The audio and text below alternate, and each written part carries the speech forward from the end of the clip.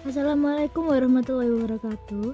Suatu kebanggaan menjadi seorang muslim. Tapi, satu pertanyaan seringkali melintas di kepala. Apakah saya telah menjadi seorang muslim yang baik?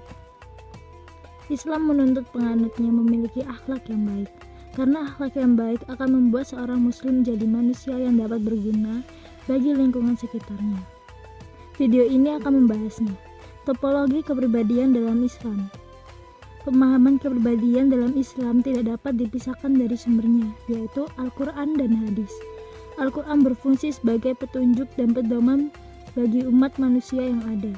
Sedangkan hadis berarti perkataan, perbuatan, ketetapan, dan persetujuan dari Nabi Muhammad yang dijadikan landasan Islam. Dalam Islam, kepribadian erat dengan ketaatan beribadah, sehingga tidak ada keterpisahan antara masing-masing aspek dalam Islam. Ibadah bertujuan untuk memperkuat keyakinan dan pengabdian pada Allah SWT. Selain itu, ibadah dapat menguatkan karakter, mendisiplinkan diri, dan peranannya sebagai wakil dan hamba yang dipercaya Allah SWT di muka bumi. Struktur kepribadian dalam Islam terdiri dari kalbu, akal, dan hawa nafsu.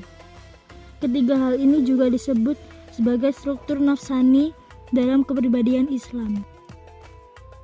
Kalbu merupakan tempat menerima perasaan kasih sayang, pengajaran, pengetahuan, keimanan, keislaman, keikhlasan, dan ketauhidan. Lalu, akal merupakan hasil dari kerja otak, di mana akal memiliki cahaya nurani yang dipersiapkan untuk mampu memperoleh pengetahuan secara kognisi.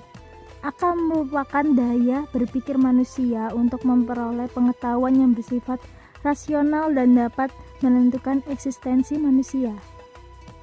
Dan yang terakhir, nafsu. Nafsu merupakan struktur di bawah sadar dari kepribadian manusia. Apabila manusia mengumbar dominasi nafsunya, maka kepribadiannya tidak akan mampu bereksistensi baik di dunia maupun di akhirat.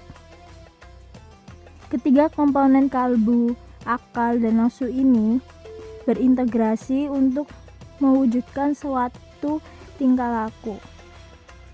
Untuk menentukan tipologi kepribadian ini, Islam didasarkan pada tiga kerangka ini. Yang pertama, struktur nafsani kepribadian Islam yang mencakup hawa nafsu, akal, dan kalbu beserta dinamikanya. 2. Menggunakan paradigma bagaimana seharusnya, bukan sekedar apa adanya. Yang karena hal itu muncul unsur penilaian baik dan buruk.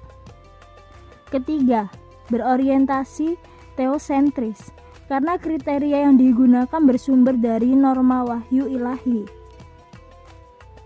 Lalu, berdasarkan atas konsistensi dengan pembahasan struktur kepribadian dan dinamikanya, topologi kepribadian manusia dibedakan menjadi 3, yaitu tipologi kepribadian amarah.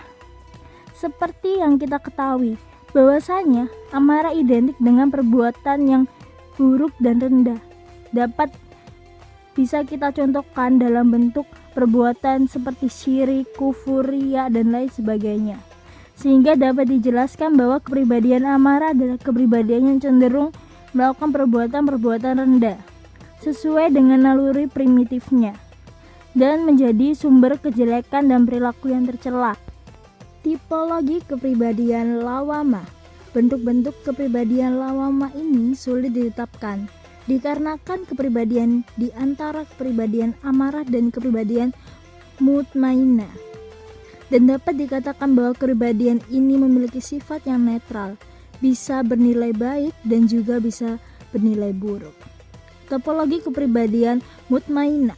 Kepribadian mutmainnah adalah kepribadian yang tenang, meninggalkan sifat yang tercela dan dapat menumbuhkan sifat-sifat yang terpuji. Kepribadian ini terkenal dengan tingkah laku yang baik dan bernilai positif. Kepribadian mutmainnah ini terbagi dalam 3 kategori, antara lain kepribadian mukmin, kepribadian muslim, dan kepribadian muhsin. Maka berdasarkan penjelasan mengenai tipologi kepribadian Islam ini, setiap umat Islam mendapatkan pedoman maupun landasan yang dapat digunakan sebagai pemahaman bagaimana membentuk kepribadian yang baik sebagai seorang muslim. Tersisa satu pertanyaan terakhir bagi kita semua umat Islam yang berbudi. Sudahkah kita mengamalkan kebaikan di tengah masyarakat? Insya Allah kita dapat menjadi muslim yang teladan.